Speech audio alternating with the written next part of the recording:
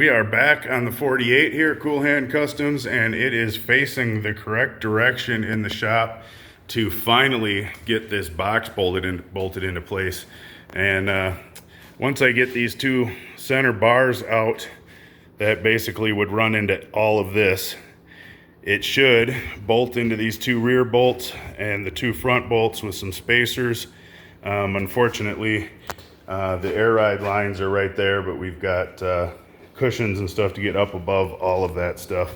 So it is going to look like we did a crap ton of work here really fast, because the initial fitment of this box, the fenders, and finally the running boards is going to make a huge visual statement on this truck. So once that is on and adjusted, the actual work begins. We need to build an entire floor for this thing and hinge it, and it's going to be set up on actuators so that the bed lifts up. And then we'd like to build some kind of storage box up above where the gas tank is, so that he has a place to put a cooler or a box of tools or some camping chairs or whatever for when he takes this thing out to car shows or wherever it's heading. So let's go ahead, cut those two main struts out of this thing, and start fitting this all together.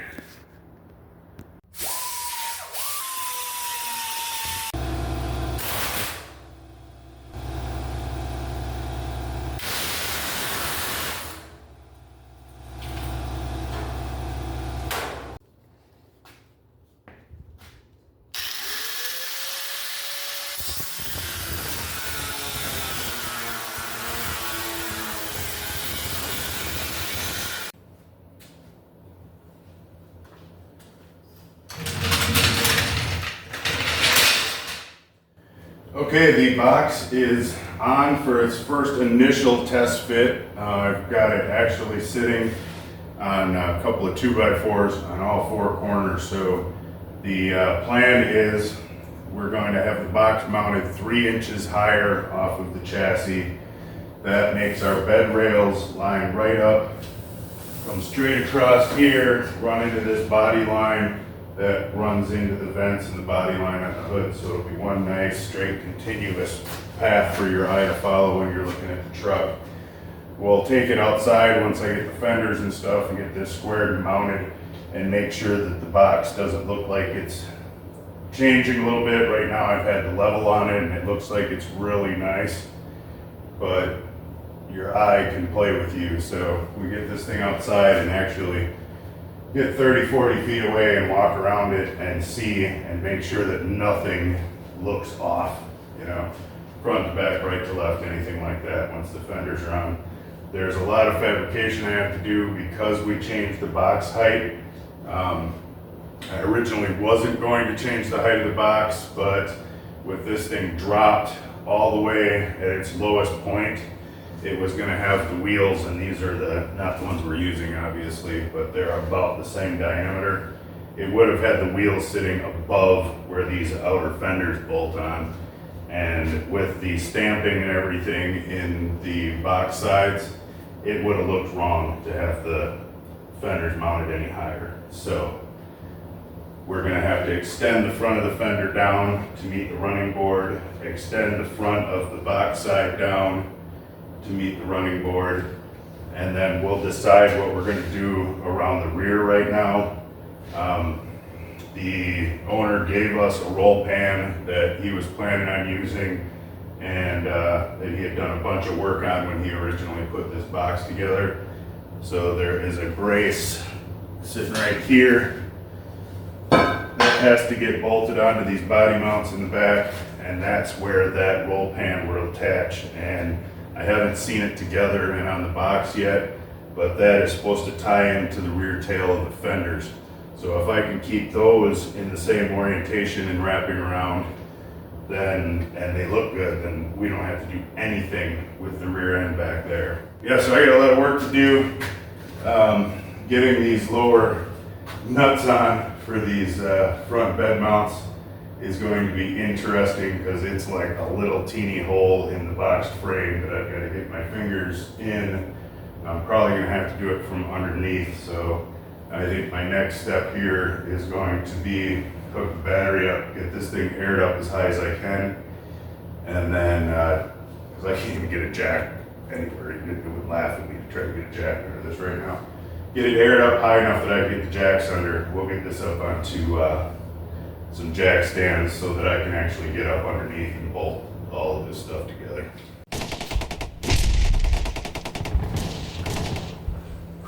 That was a fight like you would not believe. They gave us absolutely no room to get a nut and washer up inside the frame here, aside from dropping the fuel tank and everything else out of the way. And the amount of times we're going to have this on and off, that was not an option. So I opened up a hole in the bottom corner of the frame, used the die grinder, cleaned it up. It looks nice, but now I can get a socket and the nut and everything up straight up from the bottom, which isn't the easiest, but it's easier than it was, which was impossible. And then up front here, they have just a little square opening underneath all the gussets to get inside the boxed in frame. And I couldn't get it in there, but Amy's got little hands. So she was able to get in there and get a nut and washer on it.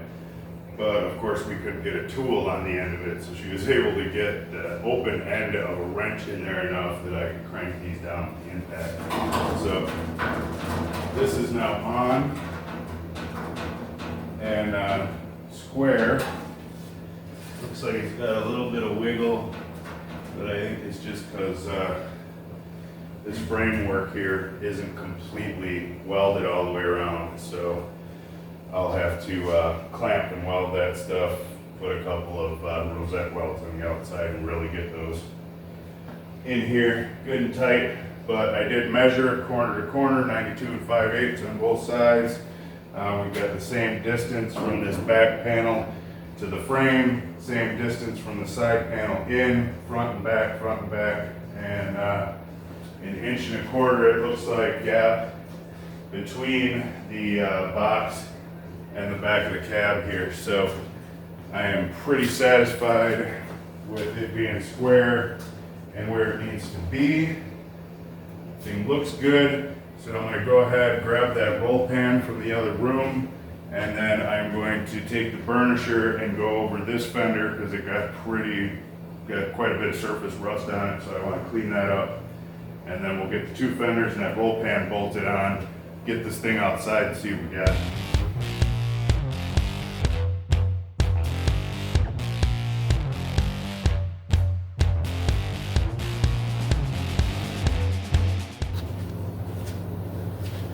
I have a lot of burnishing to do on this thing.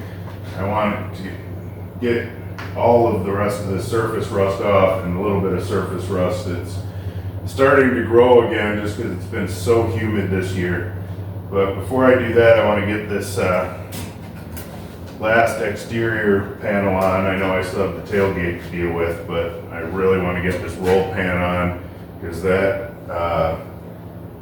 gives me the last piece that wraps around the back, and then I know exactly what fabrication I need to do, how much I need to add to the bed sides, how much I need to add to the fenders for the running boards, any modifications I want to do to the curves on the running board to have everything line up with the fenders nicely and get those bolted, what brackets I need to move back and forth for the running boards to mount, and what I need to fill in on the back of the fenders to meet up to this pan.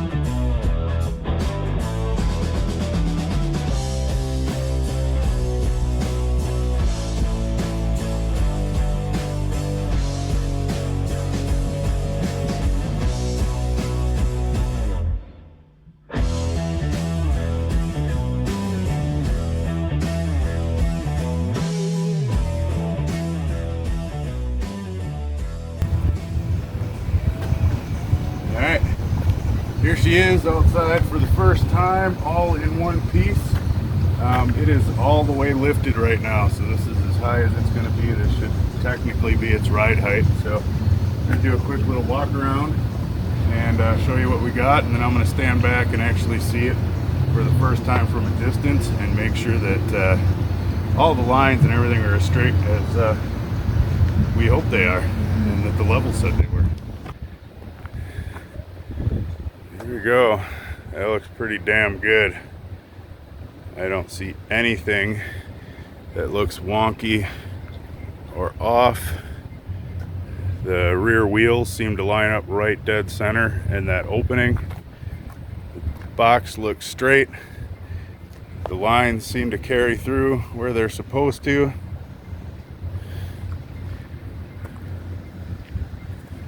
Yeah, she is looking good.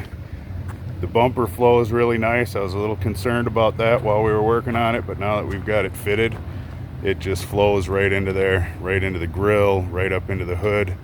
Once all that stuff is chrome popping on some blue paint, that is going to be really nice looking. And we come around on this side, I still got the piece of tape here so that we could follow that body line along the side. But yeah, I was super concerned that the truck was going to, that the box was going to be really low and make it look less muscly. Make up words now, muscly. Almost every vehicle that we build that comes out of the shop looks stocky. There you go. I guess that's the best word you can come up with. It just looks stocky and bulletproof and fast.